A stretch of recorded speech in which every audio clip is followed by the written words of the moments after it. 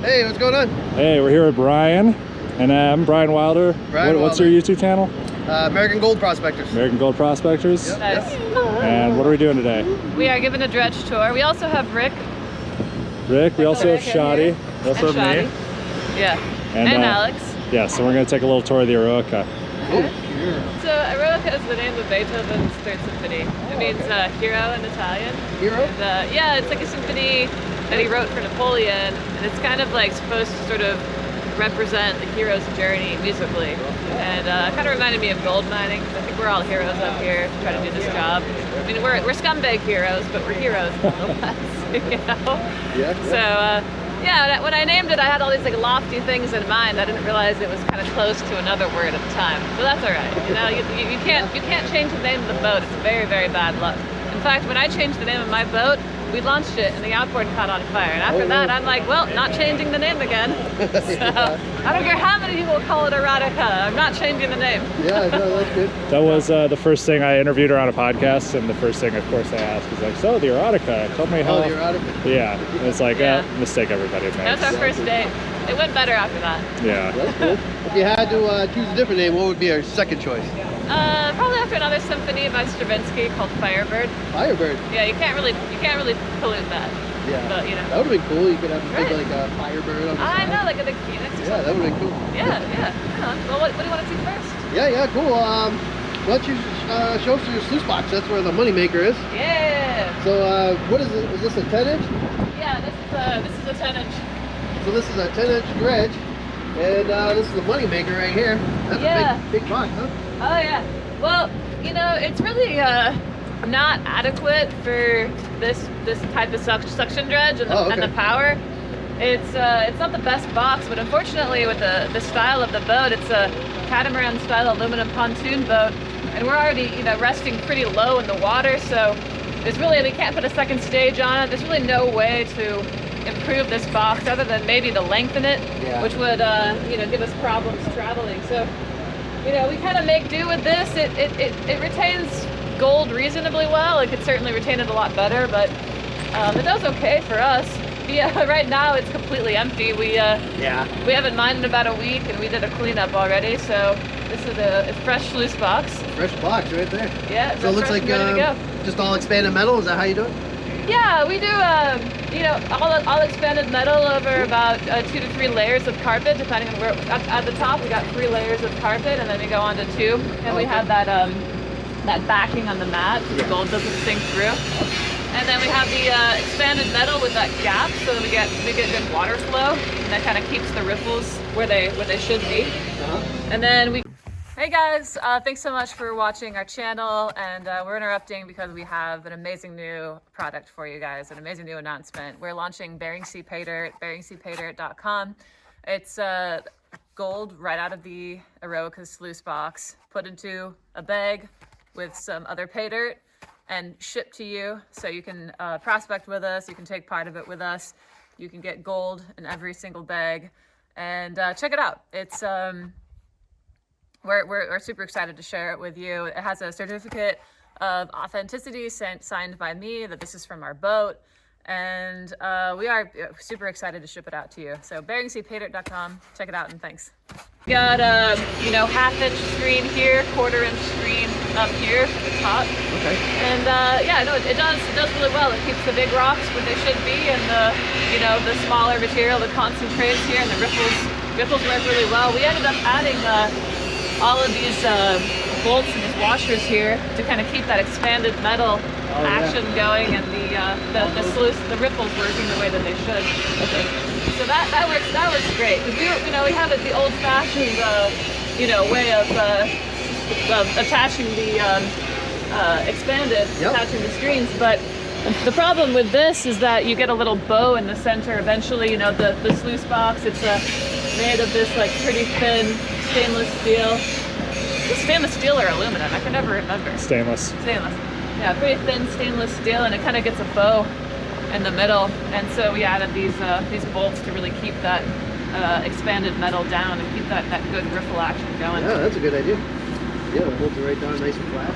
Yeah, it works pretty good, all things considered. You ever find something really strange in your sluice box? All the time. Oh, geez. I know. Yeah, you know, we'll find like, you know, older artifacts here and there.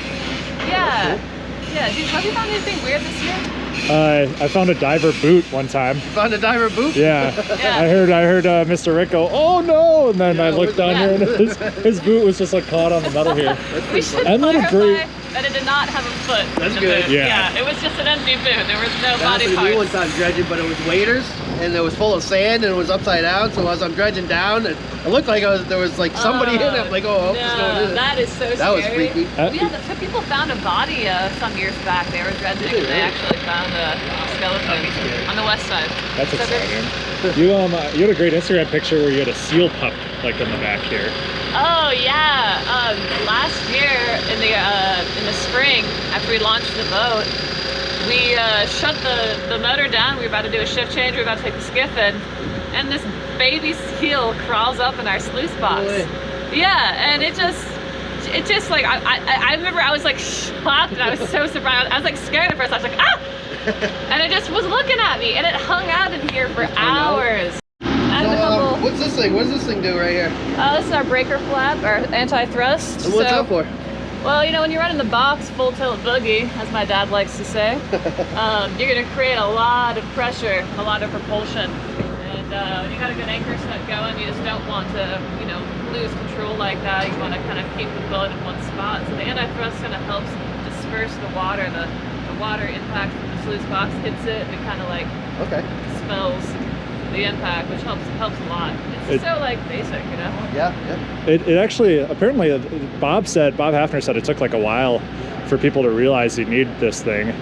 The nice thing is when we're live boating, you can actually adjust the chains and kind of make the breaker flap be sort of like a sideways thrust. Really? Yeah. And you can kind of keep it straight if the current's pulling on you. That's a Bob Hafner invention, adjusting the chains. Well, because it used to be when the earliest dredges, offshore dredges came about, people didn't put outboards on them. They didn't put any kind of propulsion on them. So you would move the thing around by firing up your sluice box. Really? In fact, yeah, if you're ever in a bind and all you have is your sluice box and the outboards don't work, it's not a bad way to get around. So Probably moves a you can couple of just fire miles. up your So I sluice read. Do you want to lower it down, see what it looks like?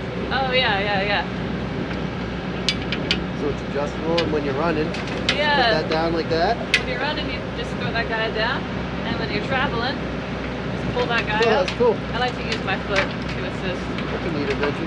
High tech. So you can really tell the difference, like say if you forgot to put it down, could we start swinging the boat around? Oh yeah, we've definitely forgotten to put it down, and we definitely start swinging. We noticed that today doing that job where it's like the boat is starting to just push forward and Rick comes running back here and he's like, oh shoot, the breaker flap. And it's up.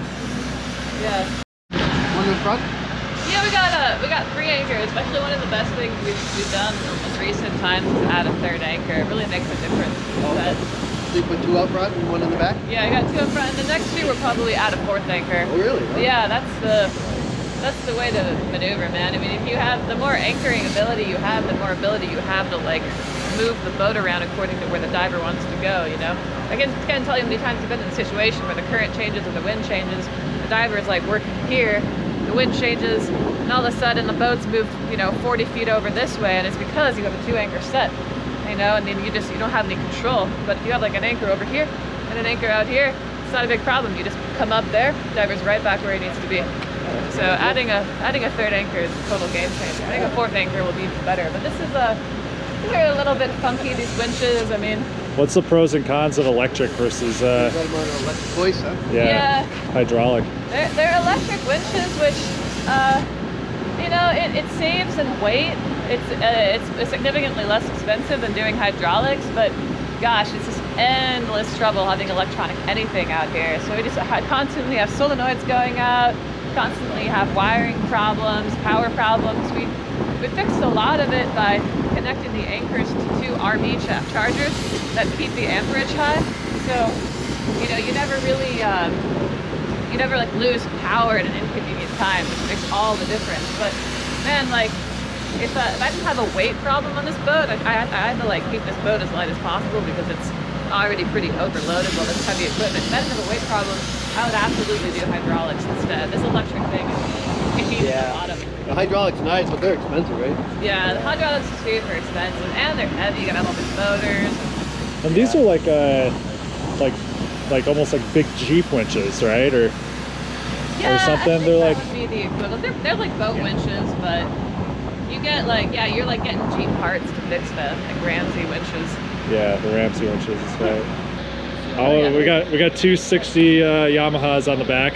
Yeah. So This thing goes about, I would say about 4.5 knots. Yeah, that's its average. So she's Sometimes not it gets the all the way up to- speediest. yeah. The highest I saw this season was 6.5 when the current was absolutely Yeah. ripping out of the east. So that's plenty, right? That's all you really need. You're not going far slow out, but right? thorough. Yeah, but you know the thing about this boat is that it's so slow. Like it really is built for working nearby. Like you really can't go. You don't want to go long distance with this boat. I mean, it's just slow, and you really just don't want to get caught in a bad weather cycle. Exactly, yeah. So What you happened just to the kind of Russians inch a couple along. years ago? They got stuck out there and the boat capsized and they died, huh? Yeah, the Ukrainian guys. Yeah, they went too far. Yeah, That was in the fall. You can still see that boat. Yeah, we still put that on. on one of our videos, like going and seeing it. It was Yeah, crazy. still on the shore.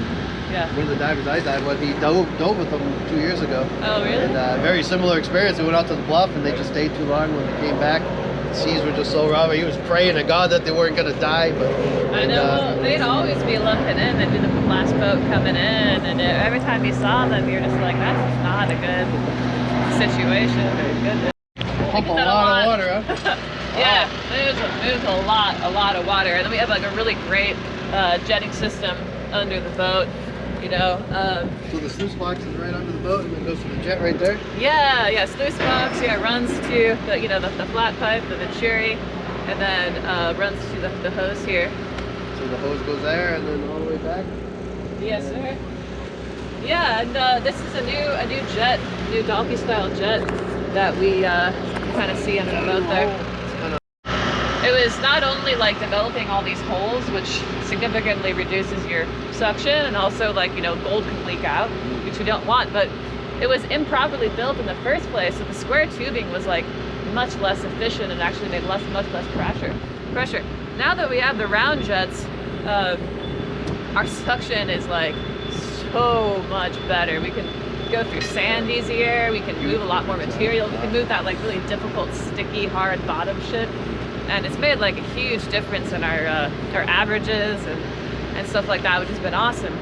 And then so this jetting system and this pump is connected to one of my favorite parts about the boat, which is the 100 horse diesel Cummins motor. Oh, that's a Cummins. Oh yeah. Oh, And nice. man, I tell you what, like I don't ever want to have anything other than a diesel motor on a boat again. Like gas motors are so finicky, like they don't like to run, the salt water really messes with them. But diesels like to run no matter what. It's amazing, like you can do anything to them and they still run. So this like ends up being the most like reliable aspect on the boat, reliable thing on the boat. So I love this diesel motor. Dude, one of the best. Me too. Oh, This thing yeah. rips. I close this valve and open this one, Yeah. and it brings the throttle up. We have a hose all through the umbilical over to here, that air actuator. Okay. It's Right here. a semi-brake actuator. So the diver actually controls the throttle? Yes. Wow. That's cool. And it works great. So if you have a problem, you can just Yeah. you can Yeah. idle Without. it down on your own. And sometimes we have comm issues, This year it's been pretty good with no issues. Really? But sometimes, I mean, you're a diver, you know how it is. You get down there and you're like going, you think you're losing suction, you're like going, hey, idle down. And they're like, what? What? My arm's stuck, what? And then before, our mic inside sometimes would shock the shit out of your mouth. You're like, and if you got cavities, it really, you're like, quiet, don't say anything. What? You're like, Exactly. But this year it's been absolutely phenomenal. We haven't had that issue at all. That's cool. But that little time delay can really booger you up, So if you can just do it on your harness real quick, there's no telling them what to do. That's awesome. That's good. And one of the best like upgrades they made this year is such a little thing that Grant wired in is this digital tachometer here. Oh, you And did? so as a tender, you can't see it, it's on the other side. Okay. But you can see this thing typically runs like 850 RPMs in idle, and then full throttles of 1450, almost 1500. And you can diagnose real quick where it's like the diver, okay, if you're not getting the suction, it's like sometimes there's a rock jam, but other times, you know, the diver might have like hit the air actuator and like throttled down a little bit, or I do that periodically. I'm so busy down there that my arm hits that little valve and bypasses it just a little bit, and suction starts to go down. I think, okay, maybe there's a plug, and he gets out there and he checks the flare. There's nothing there, and then I look down and it's like, oh. He says, hey, check your actuator. It's like, oh yeah, it was cracked. Or like, we really discovered that we needed it this year because we had a problem. Our water got our diesel got super contaminated with water. And we kept losing RPMs. So we thought we were going crazy. We were like, we have a jam, like what's going on with the motor? Are the fuel injectors going bad? And it just ended up having like way too much water in the system. And if we had a gauge then, if we had a tachometer, then we would have known immediately that something wasn't right with the motor. Now, can you see it from inside the cabin, the tachometer? Yeah. So you can just, so if you're watching it and you notice it go down like 100 RPM, you know there's some kind of issue now. Yeah, exactly. Oh, Any that's kind of like deviation in the RPMs. We also noticed we had a major pump blowout earlier this year, and that was when we noticed it too. The tachometer wasn't, nothing was doing anything, so the tachometer definitely wasn't doing anything. But thank goodness he had redundant parts and we fixed it. Yeah. We didn't miss any time diving whatsoever. That's the problem here in Nome. Sometimes if you don't have backup parts, you're screwed. Yeah. It takes a long time to get parts. It could take a week or 2 weeks just to get something flown in. Well, especially post-pandemic, I'll call places in the lower 48 looking for parts, and they're all like, yeah, we literally do not have that in the country right now. Like, it's a huge shortage. Even the pump place I deal with, they're always like scarce on parts. I was trying to get parts from them all summer, and like literally like last minute they got the parts that I needed right after the pump. Alex is new this year? No, he came last year. Oh, you're here last Yeah, year? but working on the vessel, this is my first year. Yeah. So. In an official capacity. Yeah, It's been a great exactly. asset for sure. So Emily, I was just curious, was this dredge like your first piece of prospecting equipment? Did you start with a gold pan in a river or a sea box somewhere? Or did you just kind of hop right into the big dredge? Oh goodness. Yeah, so this dredge, I first came up here diving with my friend Steve, and on a little a little overpowered 6. There was no breaker flap on the nozzle.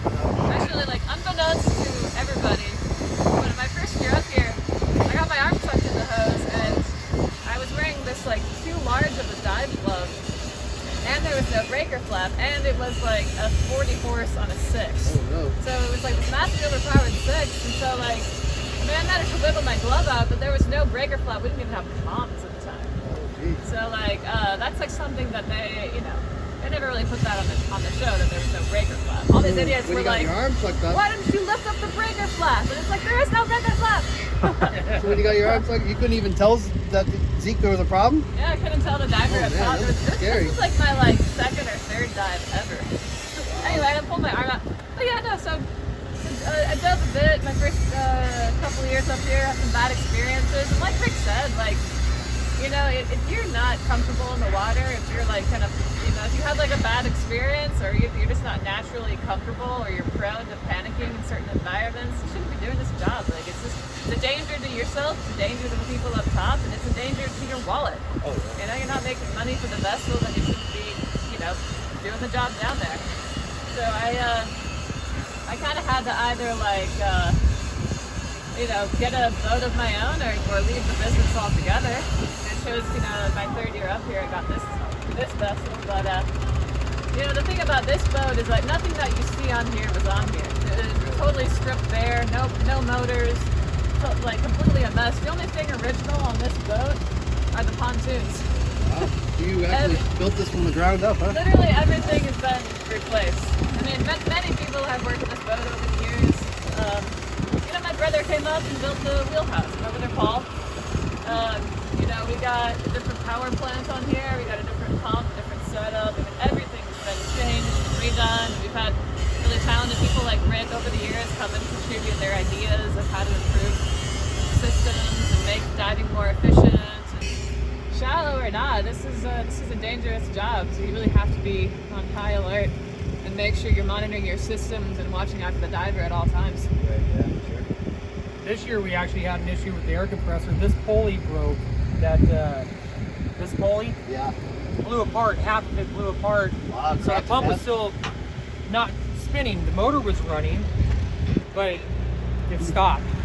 And Alex caught it, and I came up. He goes, "Hey, you might want to check your stuff and come on up." Yeah. And I came up, and sure enough, that pulley was broke. Yeah. Actually, that happened on my last dive, but it got wet. And on my last dive, Kept slipping. yeah, they blew the box to try to get a rock jam out. It got wet. No one noticed it. Went back down, and then I could barely breathe. I came back up, and I looked at the motor, and it was just going. And yeah, so I'll tell you what, these guys are really diligent. Alex and Emily and whoever else is attending is very diligent about watching those gauges. Because once that pressure starts to drop, you only have that stuff in the volume tanks. So, And if you're pulling hard on it. right, and I work hard under there. I breathe heavy. yeah. And they let me know, hey, your air pressure's dropping below 80, so I'll come up, you know. What do you like Check. your air pressure at when you dive? I like it at 100. 100, yeah. 100, yeah. And then you start coming up. There's a problem if it goes down to 80. Below or 80. something. Yeah. Below 80. 665 is Yeah. our cutoff. Cut off. Yeah. Yeah. A lot of people will dive, they'll dive at less than that and good Those on guys, them. that's what they dive at, 60 PSI. Yeah. How? Really? Yeah. I can barely breathe at 80. These OTS masks are made to run at 80, Yeah. you know? Yeah. So, Well, the thing about it is that, once the pressure gets down that low, if you do have a problem, then you really don't have time at all, because you're going to lose pressure so much faster after that. So, but it's detrimental to have a good tender, Oh yeah, you know? for sure. Yeah, I mean, their life is in your hands, so. Well, gotta make I've sure. I had somebody fall asleep on me a few Oh, times no. in the past, and I ended not up on this boat. I Yeah. ended Not up on this quitting boat. that vessel, Okay. and that's when Emily hired me, like 5 years ago or something like that. Ah. Oh, you've been working here 5 years? Yeah, I took a season off. Yeah. I had some issues at home that I had to deal with, so I took a whole season off. But I guess Emily must like it then. You must be a good diver. do something right. No, Rick's a damn good diver. He's an asset on the boat, for sure. And ironically enough, the guy that I quit working with is working with us now. He's a hammer in the water. Yeah. Excellent diver. Excellent. Yeah, I like that He guy. taught me how to run a 10-inch efficiently. Anybody can go down there and move the hose around, but There's a move lot it to around it. efficiently.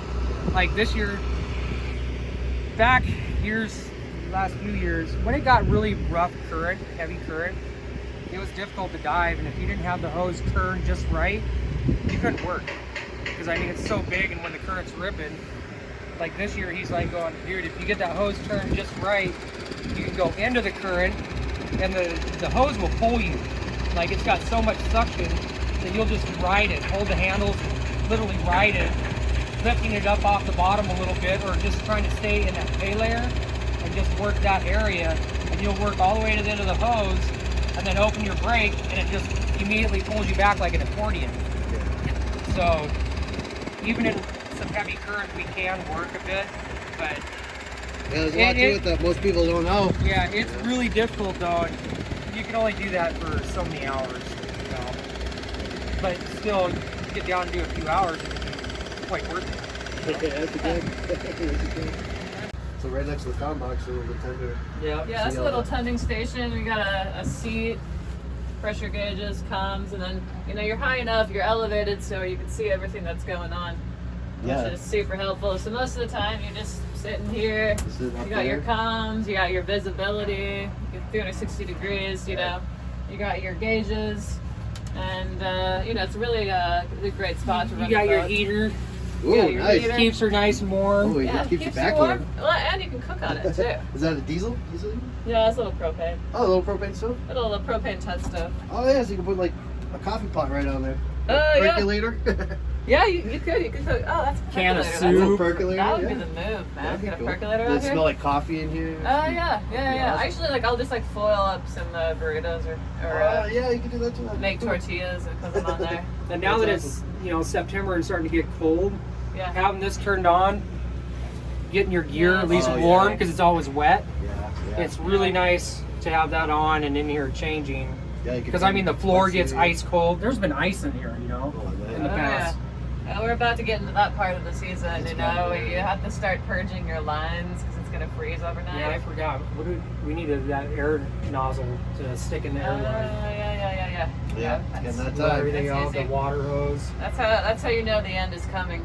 Yeah. If you're purging the lines. Yeah. You got a special from Discovery Oh yeah. cameras, Yeah. and then Camera, they're yeah. like their box right here of stuff. Yeah. It's their Yeah. camera gear. Oh, the camera. Yeah, when the producers come on board, they bring 3 bags. They take up the whole cabin. I always try to keep it pretty neat, and then they come on board and there's their stuff is Yeah. everywhere.